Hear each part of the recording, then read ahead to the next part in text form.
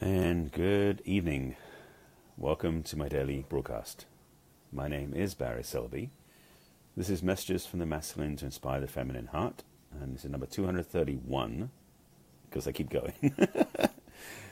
Quick introduction for those who haven't met me before or seen me my broadcast before. As I said, my name is Barry Selby. I am a best-selling author, speaker, and relationship attraction expert, helping strong, successful women find balance in love, life, and business. I help the men as well. I'm also a passionate champion for the divine feminine, which is why I love supporting women and helping them become strong. And I guess I'm realizing as I'm talking about this is number 231, by the way, again, as I mentioned, that betrayal, which is the topic tonight that came up as I was thinking about what to talk about today, because these things are never planned, as I mentioned, and never scripted. So they are what they are. And frankly, this topic just was sitting in my awareness. It wasn't something I was thinking about talking about, or I saw a post, I just said, I need to talk about this. And as I did talk about the last 2 days, which will come back to me what they are, I talked about the blame game. That was 2 days ago. And the trap, yesterday's trap. Yesterday's trap was... It'll come back to me. So this one is about betrayal. And I'm going to play with it a couple of ways, because betrayal is something that I know it's going to be serious at points. So I just want to make sure I'm light at the beginning, because it could get pretty deep. The true expression of betrayal is to have your trust broken or stolen or taken away from you. That's what betrayal really is. We as human beings have a bad habit of putting our trust on people and situations, circumstances that didn't ask for it. And so when they betray that trust, we feel that they screwed us up or screwed us over or did whatever they did when they didn't actually ask for that in the first place. So betrayal sometimes is an absolutely self-created mistake because we've chosen something that's not true. But again, to get back to the beginning, betrayal, being broken trust, does have foundation in relationship red flags, relationship discord where one partner didn't do what the other partner expected, wanted, or desired. And since this is my focus areas on relationships, I'll use that as the framework to play in this broadcast. Again, I have no idea where this is going to go. I have no script to play with, and I'm just talking about betrayal and both the festering wound it is, because it does feel like that, and also how to heal it. So if you've been going through this or you've been through this and you want to get some support, keep watching. And if you know anybody, by the way, I'm remembering to do this now, who you think should watch this because maybe they're dealing with this themselves, please make sure you share this out with them. Watch this live or in the replay, either way is fine. So betrayal. I'm going to take a side detour for a second. Hang on, I'm trying to sneeze. Excuse me. All right. I'm glad you're awake now, because I am. So taking a sidebar from betrayal for a second, as I remember what I said before I blew my mind open for a second there. I've talked about resentment before as being, or a way of describing resentment, as being an experience where you're taking poison expecting the other person to die. Betrayal is very similar to that, because betrayal is one where if you feel betrayed, it's like you're taking a stake and sticking it in your own heart. And that's going to hurt, which is what betrayal is like.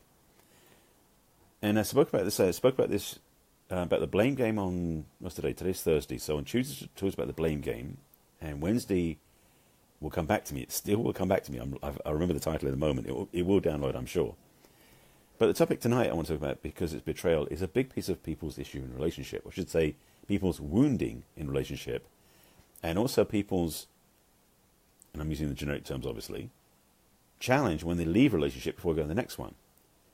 So this sense of being betrayed by one partner oftentimes makes it very hard to trust another one. As I mentioned, betrayal is the violation of trust.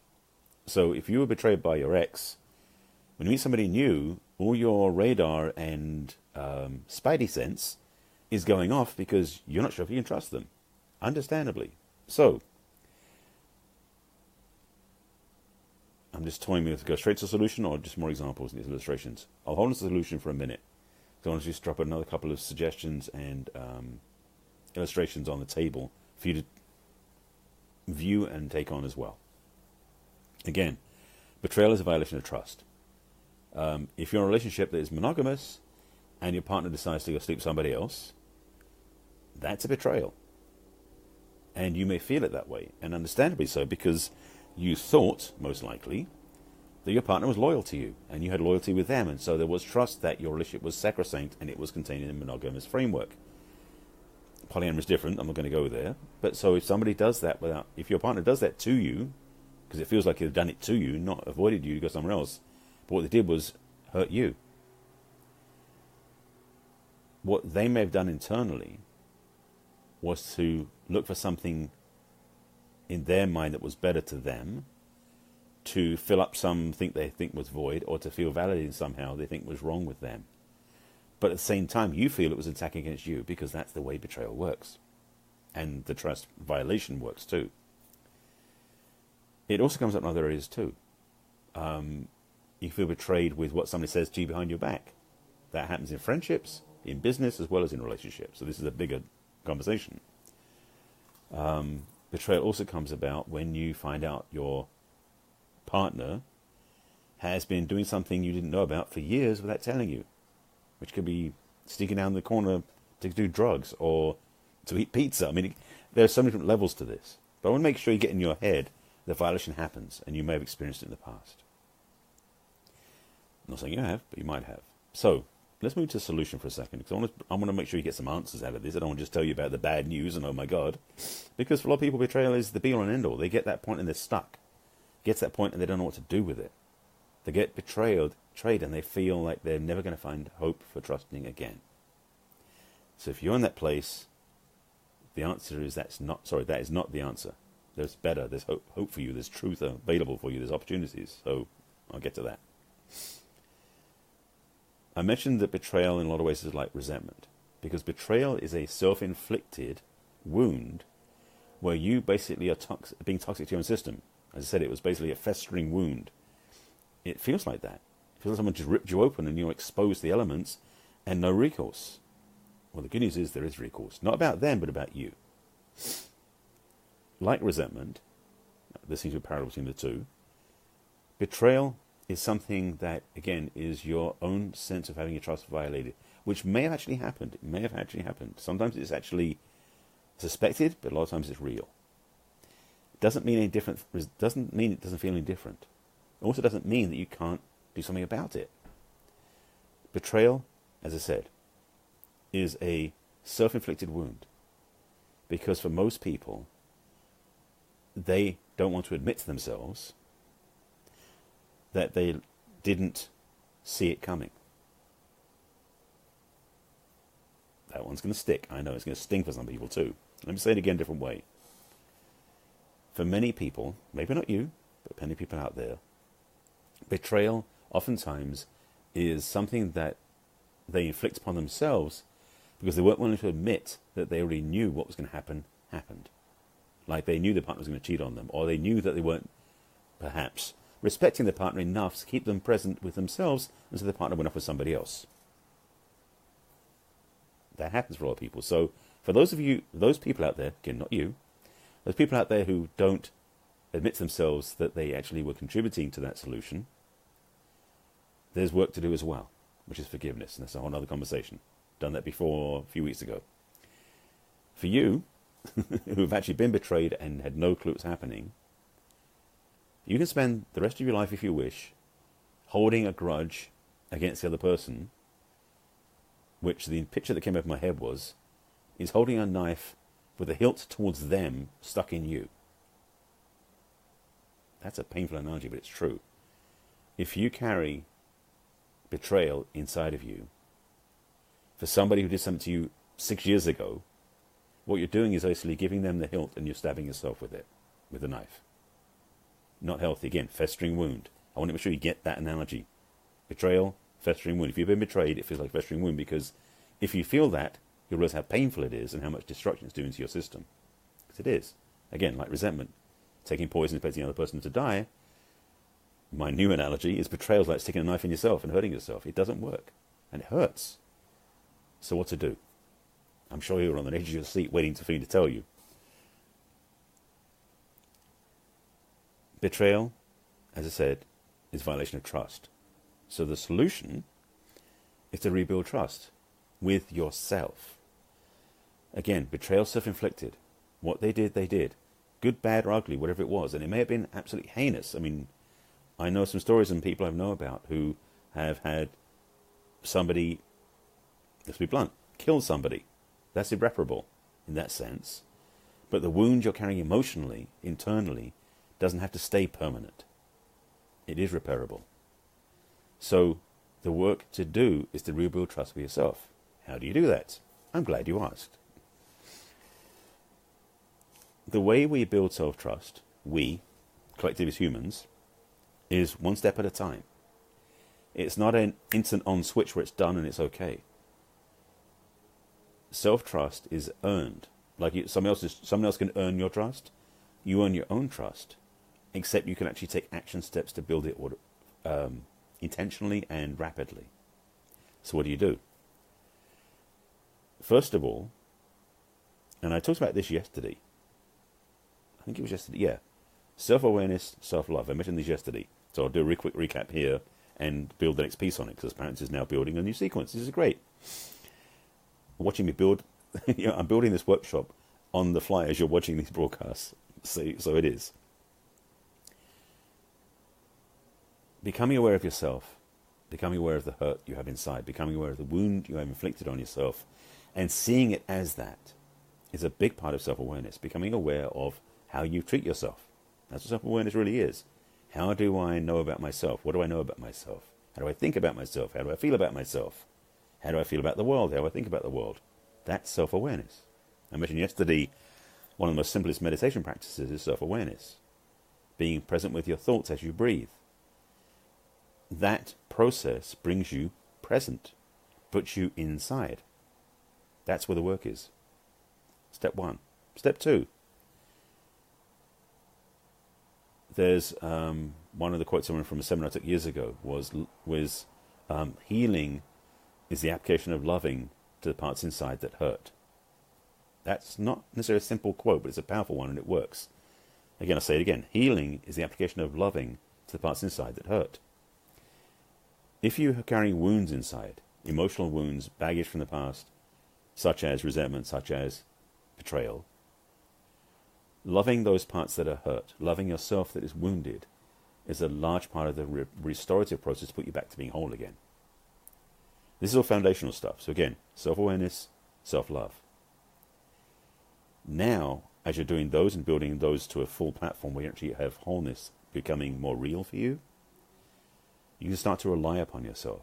You start to believe in yourself again. And by doing that, what's actually happening is you start to learn to trust yourself. Now again, this is a step-by-step process.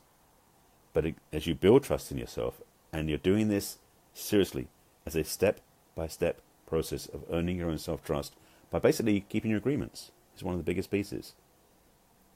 I need to break this down, I realize. I'm just throwing it out there and saying, oh, you know what, this is no, let me give you the piece. Agreement keeping is one of the simplest things you can do, but one of the most profound changes in your life. So I'm going to get back to I'm going to make the full arc, so stay with me. I mentioned already about self-awareness, self-love. Start making agreements with yourself. Simple ones if you choose to. Doesn't have to be big. Maybe a time you get up in the morning. Maybe you're going to go work out at the gym. These are very mundane things intentionally. Things you can do. Maybe you're going to meditate for 3 minutes. Maybe you can drink more water today. Maybe you're going to make a phone call you weren't going to make. You build a list of things that you can do that are tasks, that are to-dos. As you do those and you check them off your list, what you're doing internally, automatically, is you're letting a part of you, which I would call the, I don't know what you want to call it, note taker, something like that, or agreement marker, whatever you're going to call it. A part of you is tracking all those agreements you're making with yourself and seeing you keep them. This is how you build self-reliance, and, key, is how you build self-trust. The more self-trust you build and the more you put energy into this focus, which is so simple. And it doesn't sound like it makes sense, but it does. If you do this practice of building self-trust by building agreements, the betrayal will dissipate. Now, underneath the betrayal is a whole lot of judgments, and that's forgiveness work we talked about before. But the actual mechanics of what moves the betrayal into the forgiveness realm is to rebuild trust with yourself. And by these things I've talked about, you can do that. And as you build trust with yourself, as you take these steps I've recommended, and you take each step in place so you can actually be whole again and be loving and be trusting of yourself again, then you can do the forgiveness for the betrayal and for the hurt inside. So, again, self-awareness, self-trust, self-awareness, self-love, agreement-keeping, self-trust, forgiveness. That's probably the sequence I'm telling you about, basically, because that's the pieces. So those steps I've laid out for you are a way you can get back to center, back into your heart, back into loving yourself, and with the forgiveness work on top, and this is another piece you need to hear about, is that the whole thing about betrayal becomes history, not repeating. A quote that I've used many times in my interviews there's a quote attributed to George Santayana, which is those who fail to learn from the history are doomed to repeat it. Again, those who fail to learn from the history are doomed to repeat it. If you are someone who's been betrayed before and you don't learn from it, you're likely to repeat it. It's the way life is. So take these steps to heart. Use these steps in your life. I highly recommend that you do them. If you want help with these, this is what I specialize in. It's part of my work with helping my clients heal their hearts so they can go forward in having a new relationship. But this is becoming a workshop, I guess. It's the way things are going. With yesterday's and the day before's, these 3 live broadcasts are building a whole new program, which is who knew. So I think that's it. Again, if you know anybody should watch this because they're going through some betrayal or they've been betrayed, please share it with them. Again, the replay or if watching live. If you have any questions, please if you have questions about this broadcast, please put them below. And if you have questions you want help with, please reach out to me over social media.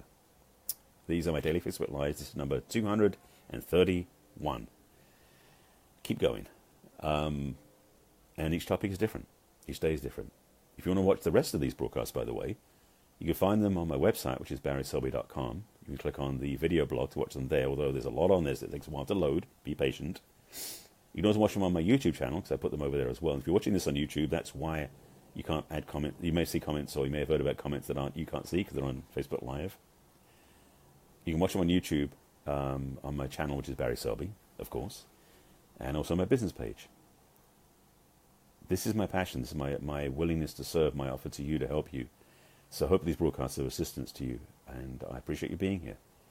As always, I invite you to please take care of yourself. Love yourself first. When you do that, you can love other people. But it starts with you. I'll see you again tomorrow. Take care.